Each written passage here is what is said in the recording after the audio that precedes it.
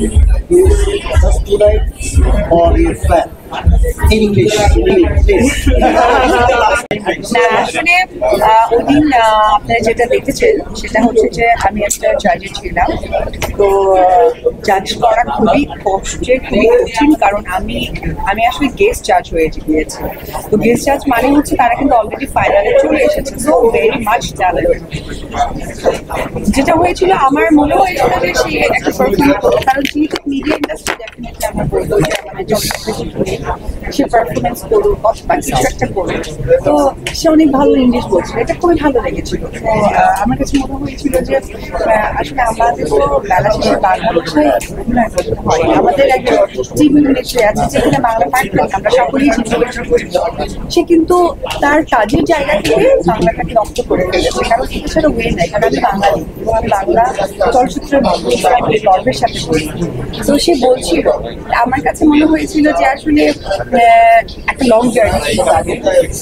তাকে বোঝানো উচিত ছিল যে আসলে আমাদের বাংলা ইন্ডাস্ট্রি, বাংলা আমরা প্রেজেন্ট করি। এবং আপনারা হয়তো একটা জিনিস খেয়াল করে দেখবেন, হয়তোবা চায়না অথবা ইউরোপ গেলে আপনি দেখবেন যে স্পেনে গেলে স্পেনিশ ভাষায় কথা বলতে হয়, তারা ইংলিশ বোঝেন না। চায়নাতে গেলেও আপনাকে চায়না বলতে হয়। এই যে নিজের দেশকে প্রেজেন্ট করা বা সকলের সামনে তুলে ধরা, এবং আমাদের বাংলা তো অসম্ভব সুন্দর একটা ভাষা, এবং ওটার মধ্যে যে কি একটা ভালোবাসা। তো আমার কাছে মনে হচ্ছিল যে ঘুমের একটা অংশ হওয়া উচিত ছিল। যে মানে যে প্রতিযোগী ছিলেন সে ভালো বলছেন, ভেরি স্মার্ট। সেই জায়গা থেকে আমার মনে হয়েছিল যে তার বাংলাটাও একটা গুরুত্ব পাচ্ছিল।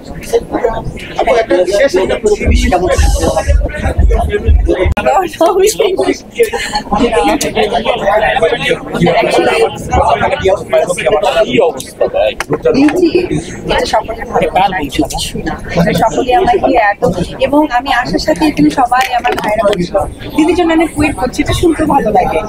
অনেক সময় দেখা যায় না যে অনেক সাংবাদিকরা এক জায়গায় হয়ে গেছে, ওয়েট করছে, তাদের মধ্যে একটা মনোভাব সৃষ্টি হয়ে গেছে।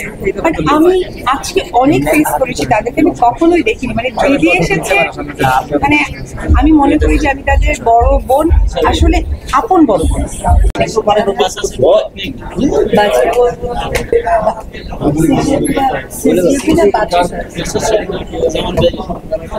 ভাসাবি, ও আচ্ছা আচ্ছা, উনি ভুল বলছেন। এটা হচ্ছে ভাসাবি। হ্যাঁ, আমি ভাসাবির ড্রেস অ্যান্ড জুয়েলারি পরে আছি। তারা তো অনেক পুরনো একটা হচ্ছে কোম্পানি, তো তাদের ড্রেস, তাদের অর্নামেন্টস নিয়ে কোনো কথা হয় না। আর আমরা যারা বাংলাদেশের সেলিব্রিটি আছি, ফিমেল থেকে মেয়ে পর্যন্ত, তারা সকলেই ভাসাবি ড্রেস বা শুট করেনি, এমনটা হয়নি। তো আমি আজকে ভাসাবি হয়ে র্যাপ রেখেছি।